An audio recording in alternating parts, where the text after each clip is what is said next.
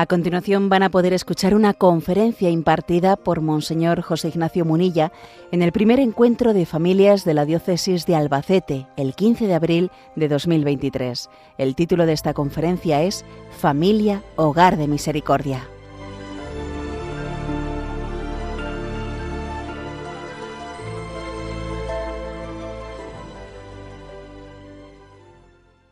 Voy a empezar por hacer como una descripción sociológica de las tipologías de la familia. Unas tipologías de la familia, dependiendo de cómo se conjugan la transmisión de valores dentro de ellas, por una parte. En una familia se transmiten más valores o se dimiten de transmitir valores y más bien cada uno que elija los suyos. Eso es un tipo de... hay tipos muy distintos, ¿no? Y dependiendo también de cómo se manejan las tensiones. Hay una familia, bueno, pues muy autoritaria, y una familia, pues, en la que el caos reina, O sea, dependiendo del equilibrio entre transmisión de valores y manejo de tensiones, hay tipologías de familias muy distintas, que fundamentalmente dan cuatro tipologías diferentes, ¿no? La familia equilibrada es aquella que tiene una buena convivencia entre sus miembros, pero al mismo tiempo tiene un equilibrio con una autoridad que permite la transmisión de valores, que es el ideal, obviamente. La familia que podríamos decir represiva es aquella en la que pues, existe un principio de autoridad desmedido, poco equilibrado, que impone los valores sin haber conseguido que sean asumidos por los hijos. No tiene mano izquierda, y entonces suele haber muchas tensiones. Es, digamos, un tipo de familia que se le llama represiva. La familia permisiva, que yo creo que sin duda suele ser la más frecuente en nuestro espectro social, la familia permisiva es aquella que tiene como objetivo que nos llevemos bien, y que todo el mundo esté a gusto y esté contento, y que no haya problemas y que cada uno haga lo que le dé la gana y renunciamos a transmitir valores. Ese es el modelo de familia permisiva, que yo creo que no habrá que discutir mucho entre nosotros para decir que es el que está más generalizado, ¿no? Y luego está la familia caótica, que es la que es represiva y además no transmite ningún valor. Entonces, claro, también por desgracia hay muchas situaciones de familia caótica, ¿no? En la que por una parte se matan pulgas a cañonazos, y luego nos tragamos un camello y no pasa nada. O sea, pues eso es una familia caótica, ¿no? En la que también cada vez más yo creo que estamos viendo muchos casos de este tipo, ¿no? Entonces esas cuatro tipologías, si hiciésemos aquí pues un cuadro con dos vectores y en uno estuviese, ¿no?, pues la transmisión de valores y en otro el manejo de tensiones, en el fondo, ¿de qué nos habla esto? Pues nos habla del equilibrio entre verdad y caridad, que es la clave, ¿no?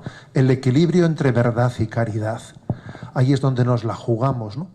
Y cuando este título de esta charla es el de Familia, Hogar de Misericordia, yo me atrevería a decir lo siguiente, que como tesis de lo que yo quiero compartir hoy con vosotros, la palabra misericordia, para no devaluarla, tiene que integrar verdad y caridad, o caridad y verdad, decirlo en el orden que queráis, pero el verdadero concepto de misericordia tiene que integrar ambas cosas. Si no las integra es un desastre.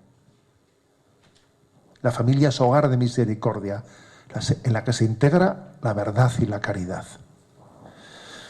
¿Cuáles son las deformaciones más típicas del concepto de misericordia en nuestros días, en nuestros tiempos? Pues yo creo que hay distintas deformaciones, pero yo creo que la más típica es confundir misericordia con relativismo. Tranquilos, que no pasa nada, que Dios es misericordioso. Es como decir, no existe el pecado, pues bueno, cada uno que haga lo que quiera, que a Dios le va a importar nada. Esa es una deformación del concepto de misericordia, equiparándolo al relativismo, ¿no? Invocar la misericordia de Dios pues en el fondo como una especie de negación de la existencia del pecado, ¿no? Se confunde la imagen del Dios Padre con la imagen del Dios Abuelo al que le saco la paga y luego paso de él, ¿no? Se olvida por completo que Cristo nos urge en el Evangelio a la conversión y a las buenas obras, ¿no? Se olvida, por ejemplo, pues lo que dice San Pablo a los Corintios, nos apremia el amor de Cristo. Sí, es como una deformación de la palabra misericordia. Por cierto, muy frecuente en nuestros días. Pero si no pasa nada, hombre, si Dios es misericordioso. O sea, a ver, recurrimos continuamente a la palabra misericordia deformándola, deformándola. También existe un concepto de misericordia reducido al puro emotivismo, frente al que tenemos que estar, pobrecillo, ¿no? Qué lástima me da. Parece como que la razón de ser de la misericordia fuese la de consolar. Ser misericordioso sería ser consolador, que es verdad, pero claro, si tú reduces únicamente, ¿no?, pues el ejercicio de la misericordia a consolar a quien sufre, te estás olvidando de otras muchas dimensiones de la misericordia.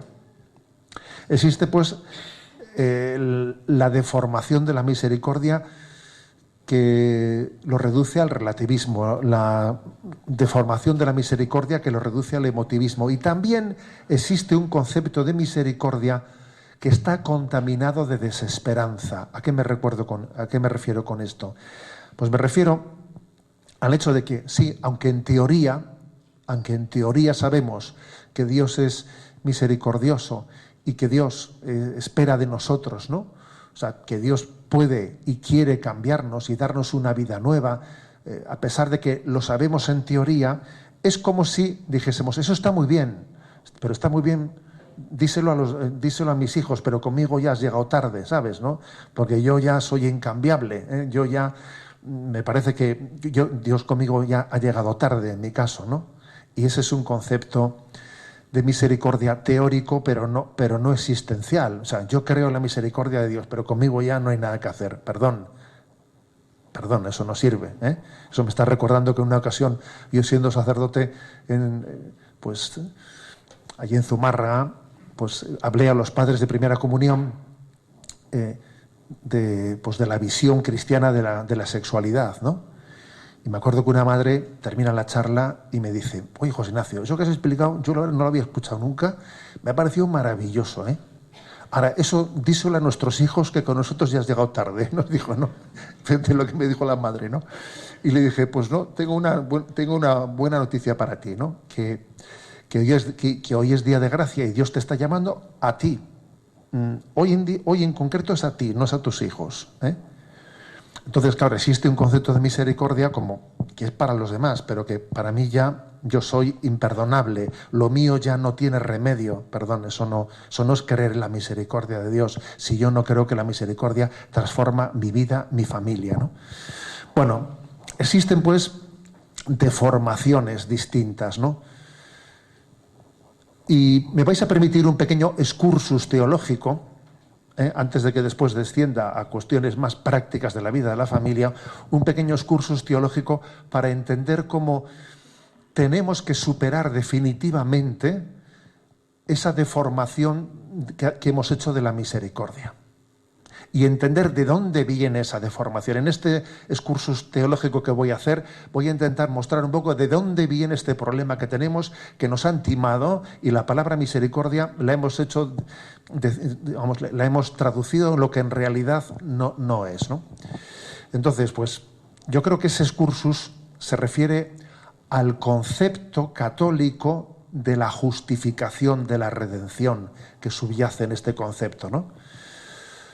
Porque en la historia de la Iglesia hubo un momento que fue el de la Reforma Luterana, en la que allí se cuestionó verdaderamente cuál es el concepto de la redención. Entonces, la imagen luterana de cómo explica que Dios es misericordioso es bastante diferente de la imagen católica, ¿eh? ¿Cómo comprende Lutero la redención? ¿Cómo comprende Lutero la justificación? Lutero partía de que él tenía una experiencia de impotencia personal para luchar contra el pecado, como muchos de nosotros, por cierto, como todos. Como San Pablo, que dice, no soy capaz de evitar el mal que no quiero hacer y no soy capaz de hacer lo que me comprometo a hacer, que al final, claro, es eso que San Pablo dice, ay de mí, pero si tengo esta contradicción dentro de mí, no soy capaz de evitar el mal que quiero evitar y no soy capaz de hacer lo que me comprometo a hacer, ¿no? Eso mismo es lo que le pasaba a Lutero, lo que nos pasa a todos, vamos, ¿eh? Y entonces, Lutero, ante ese dilema, formula una teoría de que, mira, es que en esta vida es imposible cambiar. Es imposible cambiar. Entonces, tú te justificas por la fe, no por las obras. Si tú te fías plenamente de Dios, es la fe la que te justifica la fe sin las obras. Esa es la explicación luterana. Para dejar clarito a qué se refería, Lutero incluso puso un ejemplo. Y el ejemplo era, tú imagínate que en un campo pues hay un montón de estiércol que está allí en mitad del campo, ¿no? Un montón de estiércol. Y de repente cae una nevada que lo deja todo blanquísimo, todo blanco y puro, y ahí hay como un montoncito de nieve, porque nadie piensa que debajo de la nieve está el estiércol, ¿no? Mira qué bien, todo perfecto, ¿no? Hasta ha salido un muñeco de nieve ahí, ¿no? Dice Lutero, así es la redención, que Dios te tapa con la capa de su gracia, ¿no? Nuestro pecado, y entonces nosotros confiamos en que es la misericordia de Dios la que te justifica. Pero claro, el Concilio de Trento le responde a Lutero diciendo, no, eso no es así. La misericordia de Dios no solo te tapa, te transforma, te santifica, te hace nuevo, te hace criatura nueva. Claro, es muy distinto, como os podéis imaginar, es muy distinto. Yo entiendo que lo primero es muy tentador, ¿eh? Lo primero es muy tentador porque, claro, uno tiene la experiencia en su vida de que ve que no ve que avanzó. A mí me gustaría ver que avanzo, me gustaría ver, no sé, pues que se va notando que año tras año yo veo como voy viendo que mis virtudes, mi tal, esto avanza, que es un primor, ¿no? Pero no tienes esa experiencia y entonces uno tiene el riesgo de decir, bueno, y si me pongo bajo el manto de la misericordia y así, como si Dios hiciese, voy a hacer como si no veo. ¿Me explico? Voy a hacer como si no veo, ¿no? Pero, sin embargo, creo que eso es no creer suficientemente en la misericordia de Dios. Es deformar el concepto de la misericordia, ¿no? Es como si nos hubiésemos olvidado de que Dios es capaz de recrearnos. El que nos creó de la nada es capaz de recrearnos, es capaz de hacernos nuevos, es capaz de santificarnos. El que nos creó nos santifica. La santidad es un milagro, existir es un milagro y hacerte santo es otro milagro. Dios lo puede hacer, Dios lo quiere hacer, Dios lo va a hacer. Por lo tanto, nosotros creemos en que la santidad Dios la va a consumar. Y por eso, por cierto, creemos en el purgatorio, porque creemos que a veces la tarea no ha quedado bien consumada y Dios la consuma más allá incluso de los límites de esta vida, porque Dios es infinitamente misericordioso. El purgatorio existe porque Dios es infinitamente misericordioso. Entonces, claro, esa es nuestra fe. Claro, es una fe que te purifica el concepto de misericordia, te lo purifica.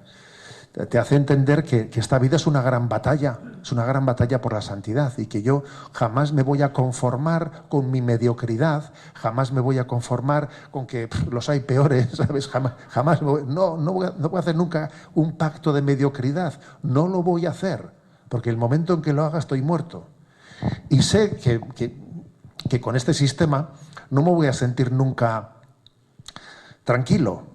No, porque sé que hay una batalla, sé que la conversión sigue pendiente, pero prefiero vivir toda mi vida, ¿no?, en esa, entre comillas, tensión. Obviamente la palabra tensión hay que entenderla correctamente, ¿no?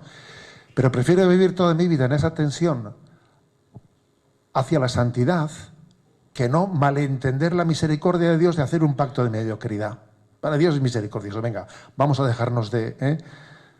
Entonces, es importante, cuando aquí estamos hablando de familia, hogar de misericordia, partir de un concepto católico de misericordia y no deformado es definitivo, determinante, clave para fundar bien las cosas, ¿no?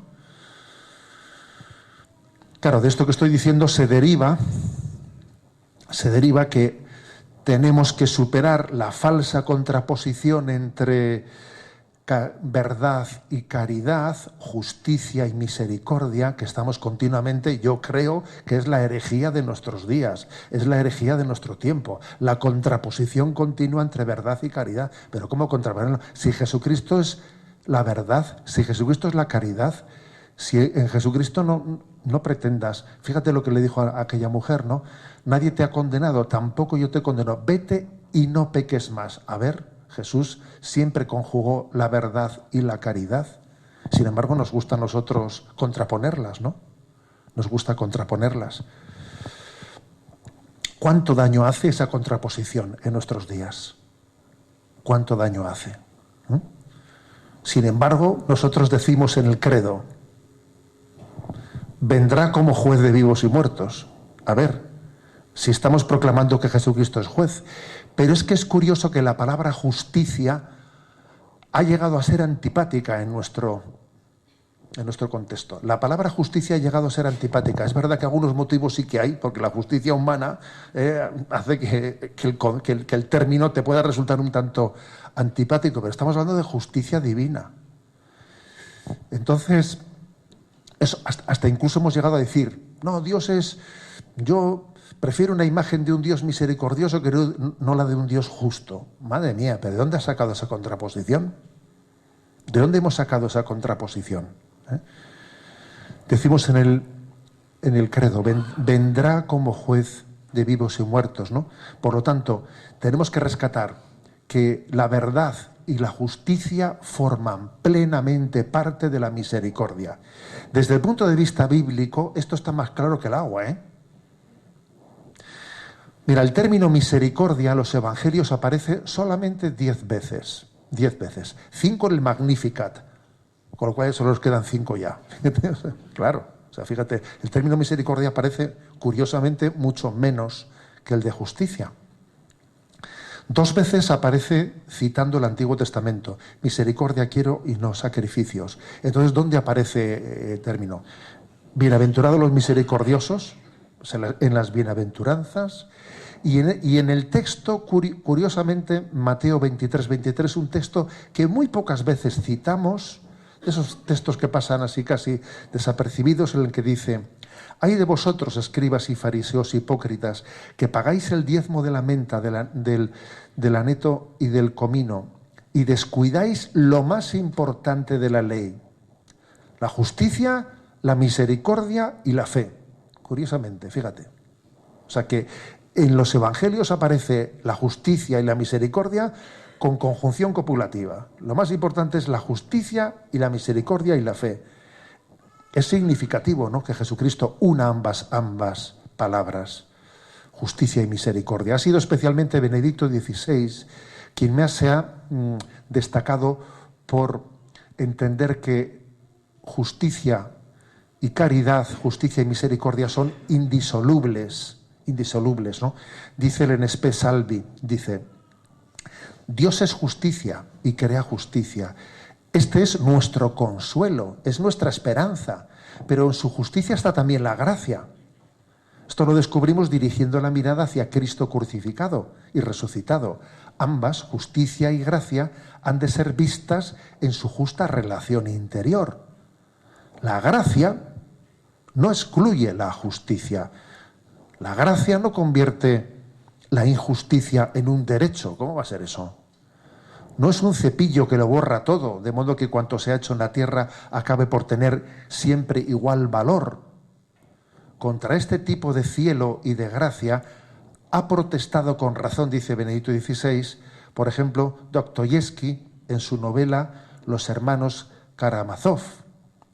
Al final, los malvados en el banquete eterno no se sentarán indistintamente a la mesa junto a las víctimas como si no hubiese pasado nada. Ojo con eso, que no es lo mismo justicia e injusticia, no es lo mismo. Es que es curioso que cuando decimos eso, le hacemos a Dios injusto. Le hacemos a Dios injusto. En resumen, insisto en lo que quiero afirmar. La tentación de nuestros días es disociar caridad y verdad. Y sin embargo, lo que Dios ha unido, que no lo separe el hombre. Esta es la tesis clave, ¿no? Dios nos toma tal y como somos, pero no nos deja como nos ha encontrado. Nos cambia según la medida exigente de su amor. Su gracia no llega desde lo alto para justificarnos dejando como estamos, no, sino que es un don que entra en nosotros y nos transforma. Esa es la misericordia de Dios. Y eso es lo que pasa en la familia. La familia es un lugar de conversión. La familia es un lugar de santificación. Eso es la bomba, claro, porque allí, claro, si tenemos un modelo de familia permisiva en el que lo que queremos es que todo el mundo se sienta a gusto, que esto sea pues una especie de pensión a la carta, en el que uno entra, sale, hace lo que le dé la gana, a ver, eso no es una familia cristiana. Dicho esto, ¿no?, que era un poco el prólogo que yo quería poner. La familia es el lugar natural en el que se vive la misericordia, es el lugar natural. No sé si conocéis una famosa expresión de Madre Teresa de Calcuta, en la que le preguntaron a ella, ¿qué tengo que hacer para cambiar el mundo?, ¿no? Y ella le respondió, si quieres cambiar el mundo, vete a casa, llama a tu familia. Respondió ella diciendo, ¿quieres cambiar el mundo? Vete a casa. Y empieza por ahí, llama a tu familia, claro. Porque es verdad que para que el mundo cambie, nuestra familia tiene que ser verdaderamente un lugar en el que tenemos un compromiso de ayudarnos a cambiarnos, a superarnos, a ser mejores, ¿no? En el idioma vasco hay un refrán que traducido al castellano sería más o menos, ¿no? En la calle eres paloma y en casa eres un lobo. O sea que, claro. Eso ocurre o no ocurre eso. Claro. Entonces, todo lo que no sea comenzar por casa es falso. Todo lo que no sea comenzar por casa, por tu familia, es falso. Estás planteando un cambio del mundo que es mentira, es un postureo, es quedar bien, es posar delante de la foto. No, pues no, señor. Entonces tenemos claramente, ¿no?, la vida privada de cualquier ciudadano es todo un pronóstico de lo que cabe esperar de él en el compromiso público, por cierto. Cómo eres tú en casa es todo un pronóstico de tu capacidad de transformar el mundo. Luego donde verdaderamente nos la jugamos es en la santificación de la familia, ¿no? Entonces, yo creo que tenemos que reivindicar el principio de subsidiariedad en el que la familia tiene, ¿no?, tiene el derecho y el deber de ser ella la que configure la visión de la sociedad frente a esta idolatría en la que vivimos, frente a esta intromisión continua en la que se está continuamente pues anulando las decisiones de la familia, ¿no?, anulando las decisiones o dejándolas gravemente pues limitadas. Tenemos que reivindicar la capacidad de la familia de regir la vida, la existencia, porque nos tenemos que rebelar frente a esa idolatría y tenemos que creer de verdad que donde nos la jugamos es en la familia.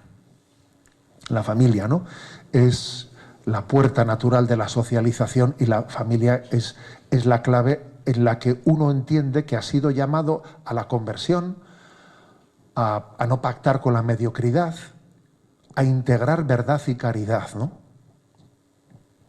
Bien, y dicho esto, ¿cómo podríamos aplicar, ¿no?, de una manera práctica, descendiendo ahora a consejos prácticos, cómo vivir la familia como hogar de misericordia? Pues yo creo que las obras de misericordia, las 7 obras de misericordia corporales y las obras de misericordia espirituales, las podemos aplicar perfectamente a la vida de la familia. Por cierto, os propongo un planazo para un fin de semana de esos que haya un poco mal tiempo, y que el planazo sería el siguiente, por si no tenéis identificada esa película. La película de Little Boy, de Eduardo Verástegui, es una joya. Es una joya. Fue una película que se estrenó en 2015 en el contexto del Año de la Misericordia, que había sido convocado por el Papa Francisco. El Papa Francisco convocó el Año de la Misericordia, el 2015. Y entonces Eduardo Verástegui produjo esa película sobre las obras de misericordia, que me parece que es una joya, la de Little Boy. Yo os la aconsejo, porque creo que en la vida familiar os puede ayudar mucho a entrar pues, en un diálogo, etcétera, etcétera. Pero ¿qué es lo que hizo Eduardo Verástegui? Oye, estamos en el Año de la Misericordia. Recurramos a las obras de misericordia. Sin las obras de misericordia, sin el catecismo lo tenemos todo. Queremos reinventar. ¿Qué vas a inventar tú? ¿Qué vamos a inventar? Pero sin las obras de misericordia, no se puede decir más con menos. Tú recurres a las obras de misericordia y ves que esas obras acontecen en tu vida personal. O sea, tú tienes que vivir cada una de esas obras de misericordia en el seno de tu familia. Y ves cómo allí se realizan. Bueno, entonces, pues comenzamos por las espirituales, ¿no? Enseñar al que no sabe, dar buen consejo al que lo necesita, corregir al que yerra, perdonar las injurias, consolar al triste, sufrir con paciencia los defectos del prójimo, rogar a Dios por los vivos y difuntos, ¿no? Claro, uno ve estas obras, son una maravilla, es que merece la pena detenernos en ellas y ver cómo en ellos en el fondo está todo dicho, ¿no? Es como si Dios nos dijese: yo te quiero como eres, pero te sueño distinto. El sueño de Dios, claro que la diferencia de los sueños de Dios a los nuestros es que los sueños de Dios se hacen realidad. Es el proyecto de santidad. Dios nos quiere como somos, pero tiene un sueño que se hará realidad, que es el proyecto de santidad que tiene con nosotros. Y eso mismo se aplica a la familia. Pero claro, lo de que es curioso, ¿no? Como aquí se insiste en sufrir con paciencia los defectos y dar buen consejo y corregir al que yerra. ¿Cómo se hace eso? O sea, ¿cómo se sufre con paciencia los defectos al mismo tiempo que se corrige al que yerra? Pues uno dice, eso es imposible. Soplar y sorber al mismo tiempo no se puede. Este es el milagro de la familia. En la familia se puede querer a las personas con sus defectos y al mismo tiempo vivir una corrección hacia la santidad. Solamente cuando alguien se sabe querido incondicionalmente es cuando es capaz de recibir las correcciones y es capaz de recibir los estímulos y los buenos ejemplos. Si no partimos de un amor incondicional, entonces no seremos capaces de recibir eso. Claro, la clave está en que nunca pensemos ni digamos eso de si eres bueno, tus padres te querrán, o si eres bueno, Dios te querrá. No es verdad. Dios te quiere siendo tú malo. Dios te quiere como eres. Y eso es y esa es la gran autoridad, ¿no? Ese es el gran estímulo, pues, en el cual puede acontecer que yo sufra con paciencia los defectos del prójimo en el seno de la familia, como dice, ¿no?, estas obras de misericordia, y al mismo tiempo haga de ese lugar, pues, un lugar en el que nos estimulemos, nos corrijamos, tiremos de arriba unos para otros, ¿no? Porque obviamente cuando se ama, se corrige. Y cuando no se ama, no se corrige. Eso lo vemos en la vida social. ¿Cuántas correcciones se hacen en la vida social? A ver, ninguna. En la vida social lo que se hace es criticar por la espalda. Pero tener la caridad de decirle a alguien algo: oye, discúlpame, pero creo que esto lo has hecho mal. ¿Eso dónde existe eso? Eso es motivo de canonización, vamos. Es verdad. Eso en la vida social no existe. La corrección, el lugar natural de la corrección es la familia, porque existe suficiente amor para eso. Yo alguna vez he contado una anécdota de mi infancia que esto, pues, que era pues un testimonio práctico de esto, ¿no? Que es que recuerdo que nuestros padres eran muy exigentes con que aprendiésemos a comer de todo y que no valía eso de que esto no me gusta, si me gusta, no, aquí se come de todo y punto, ¿no? Y claro, pues punto, ¿no? Y ya está, y uno va aprendiendo. Hoy es el día que yo puedo pedir en un restaurante algo que me llevé a un cachete por no querer comerlo, tú fíjate, porque el gusto es totalmente educable, ¿no? Pero bueno, el caso es que vinieron unos primos que vivían lejos, ¿no? Un fin de semana, y entonces, de repente, pues hay una prima que dice, no, esto no me gusta y tal. Y coge nuestra madre y va y le cambia de plato y le pone otra cosa. Y claro, estamos nosotros que veíamos eso, diciendo, ¿y esto qué es esto, no? Entonces estábamos alucinados. Entonces se fueron ya de vuelta y cuando se fueron los primos, fuimos los hermanos como una comisión sindical a pedir explicaciones, a decir, a ver, aquí ¿qué ha pasado aquí, no? Y entonces nuestra madre nos dijo, a ver, yo a esos no les quiero lo suficiente como para pasar un mal rato con ellos, ¿me explico? A ver que no, que pase un mal rato con ellos su madre, ¿no?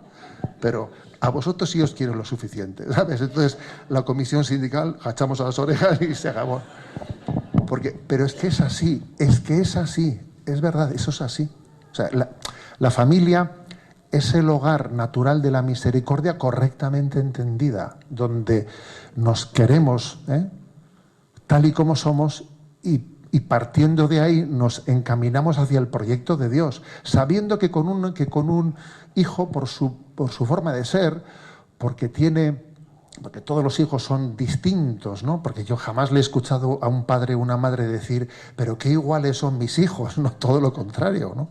Cada uno es único, irrepetible, tiene un genio, es el alma humana, es el alma humana el que explica las cosas. Porque tú verás, existe el caso, hace poco estuve en un debate, ¿no? En un debate de temas de existencia de Dios, ¿no? En el que uno de los argumentos que utilicé fue el de decir, existe el caso de los gemelos univitelinos, en los cuales un embrión ya formado con un código genético se parte en dos, con lo cual los dos embriones, los dos seres humanos tienen el mismo código genético, no tienen ni un gen distinto uno del otro. Sin embargo, tú verás, cada uno es único, independiente totalmente, ¿no? ¿Y eso cómo se explica? Pues porque existe un alma, porque no somos solo biología, existe un alma, ¿no? Entonces, es el don de que tenemos que pedir, no el don del Espíritu Santo, para que exista en nosotros un sensus en el que uno entiende, dependiendo del genio, del carácter de cada niño, en el que uno recibe el don del Espíritu, que esto está por encima de un mero conocimiento humano, sino que también hay una inspiración del Espíritu Santo que te ilumina para decir un poco más de paciencia con este. Venga, con este ha llegado el momento, aprieta el acelerador, ahora puedes apretarlo, ten más paciencia, con este quizás tienes que tener más paciencia que con el otro, pero todo ello pidiendo el don del Espíritu para que uno entienda de qué manera se lleva eso a cabo. Ese don del Espíritu no solo tiene que ser invocado, sino que también uno tiene que tener una purificación de sí mismo, porque como confunda inspiración del Espíritu con su estado de anímico, la tiene clara, claro, porque tú no puedes confundir una cosa con la otra. Tú tienes que tener una mortificación de tus estados anímicos para saber en qué, digamos, con qué proporción y con qué paciencia tienes que estar intercalando corrección y paciencia. Tienes que tener un dominio de tus estados de ánimo para que eso no te condicione en ese proyecto en el que se practiquen las obras de misericordia en el seno de la familia. Creo que en qué momento, ¿no? Tenemos que ser un estímulo de consolarnos unos a otros. En qué momento también tenemos que coger y decir, venga, salgamos fuera y ampliemos nuestros horizontes. Todo ello tiene que estar también conjugado en un matrimonio tiene que haber, es muy importante que exista una jugada compartida, ojo, y no solamente estamos hablando de cómo llevamos las obras de misericordia en la educación de los hijos, sino cómo llevamos las obras de misericordia en el seno del matrimonio, del uno con el otro, de ver de qué manera tenemos paciencia y nos corregimos mutuamente, ¿no? Y cómo la corrección entre nosotros siempre está precedida, pues, de un compromiso previo hacia la santidad de cada uno de nosotros, ¿no? También al mismo tiempo creo que las obras de misericordia corporales, visitar a los enfermos, dar de comer al hambriento, dar de beber al sediento, dar posada al peregrino, vestir al desnudo, redimir al cautivo, enterrar a los muertos, también tienen perfecta aplicación en el seno de la familia, ¿no? Porque es curioso cómo en el seno de una familia todos los planes se configuran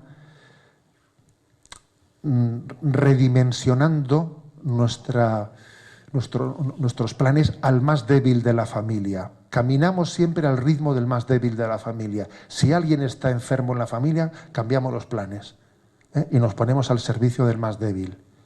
Y eso es maravilloso, eso es impresionante, eso es educador al máximo. Por eso yo soy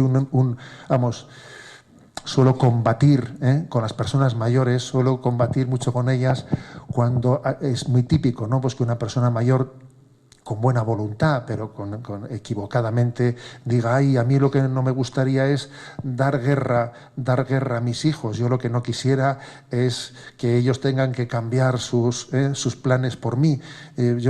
Tú quieto parado. Tú no eres consciente de que eres un don de misericordia para esa familia. De que cuidándote a ti, Dios les va a cuidar a ellos. La familia es un lugar de misericordia en el que todos nos acompasamos al ritmo del débil. Y eso es un milagro. Eso es un milagro de educación, ¿sabes? De educación, ¿no? Incluso fijaros, yo creo que de las cosas que más se han grabado, ¿no? Pues en la mente de un niño, pues es haber visto a sus padres cómo han introducido en la familia a los pobres. Cuando los pobres han sido introducidos en el seno de la familia, y claro, eso para unos hermanos eso te impacta, diciendo, toma, ¿y esto? Y entiende que la familia no es un proyecto que se encierra en sí mismo, sino que piensa en los demás, que en el fondo la familia está llamada a ser transformadora de la sociedad. Cuando un niño ha visto cómo nosotros hemos sentado en nuestra mesa pues a alguien que vive solo o que vive la indigencia y lo hemos sentado en nuestra mesa. Os digo yo que eso quedará grabado en el corazón de un hijo para toda su vida.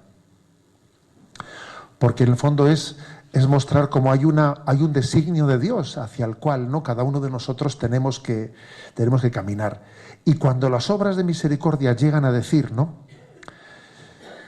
rogar a Dios por vivos y difuntos y enterrar a los muertos, también creo que es una gran obra de misericordia el que nos acompasemos, el que eduquemos a nuestros hijos, nos eduquemos nosotros mismos en la conciencia viva de quienes nos han precedido. Decía Chesterton con su habitual gracia, ¿no? Decía, yo creo en la tradición, que es la democracia que incluye a los difuntos. Eso decía él, ¿no? La tradición es la democracia que incluye a los difuntos. Porque dice, hay votaciones, ¿y quiénes pueden votar? Los de más de 18, perdón, aquí falta mucha gente por votar, ¿sabes? La tradición es la democracia que incluye a los difuntos, que tienen mucho peso en el voto. Entonces, eso lo tenemos que inculcar en el seno de la familia y forma parte de las obras de misericordia, ¿no? Rogar a Dios por vivos y difuntos, enterrar a los muertos, o sea, la memoria viva de quienes nos han precedido, guardar su memoria, No solamente celebrar sus aniversarios, que sí, que debemos de hacerlo, celebrar sus aniversarios, pues con la Santa Misa, haciendo algo especial en casa, sino guardar memoria de sus palabras, de los valores que nos transmitieron. Todo eso es muy importante, porque indica que la familia está viva, que tiene conciencia de que somos un proyecto de Dios, ¿eh? Y que existimos pues porque hemos recibido el don de la vida, el don del amor, ¿no? Bueno, en definitiva, creo de verdad que la familia es hogar de misericordia. Y creo que la misericordia, el concepto de la misericordia, lo integra todo. Integra la verdad, integra la caridad, integra la paciencia de Dios, la paciencia de Dios. Creo que una familia que vive fundada en la misericordia es una familia que vive camino del cielo. Yo os puedo decir que de los recuerdos que tengo de mi infancia y de mi adolescencia, uno de los que más ha pesado en mí es que nuestro padre, cuando rezábamos el rosario, añadía al final un Padre Nuestro y decía: para que toda la familia nos juntemos en el cielo y no falte ninguno. Padre nuestro que estás en los cielos. Y lo hacía todas las noches, ¿eh? Joder, era una especie de... Vamos, te estaba marcando claramente a dónde vamos, ¿no? A ver, que vamos marcando el rumbo. Vamos marcando el rumbo. Y cuando llegaba el día del cumpleaños de nuestro padre, solía sacar pues la caja de la costura, que allí tenía nuestra madre, pues uno de esos metros de tela, todo enrollado. Sacaba el metro, lo desenrollaba y decía a nuestro padre: ¿cuál es la edad media en España? Y tal. Entonces veía qué año había cumplido él y tal, ¿no? Qué año había cumplido. Y entonces nos recordaba continuamente, nos recordaban que somos una familia camino hacia el cielo. Y que nuestra meta es esa. Y que cualquier otra meta es equivocada. Porque es la meta definitiva, ¿no? Entonces, trazar bien la meta y saber que nuestra meta es el cielo, creo que es fundar una familia, como hogar de misericordia, ¿eh? Os lo deseo de todo corazón, y os recomiendo esa película, la de Little Boy de Eduardo Verástegui, porque en el fondo creo que cada uno de nosotros tenemos que ver yo cómo aplico las obras de misericordia, las espirituales y las corporales, ¿no? Cómo las aplico en el seno de la familia.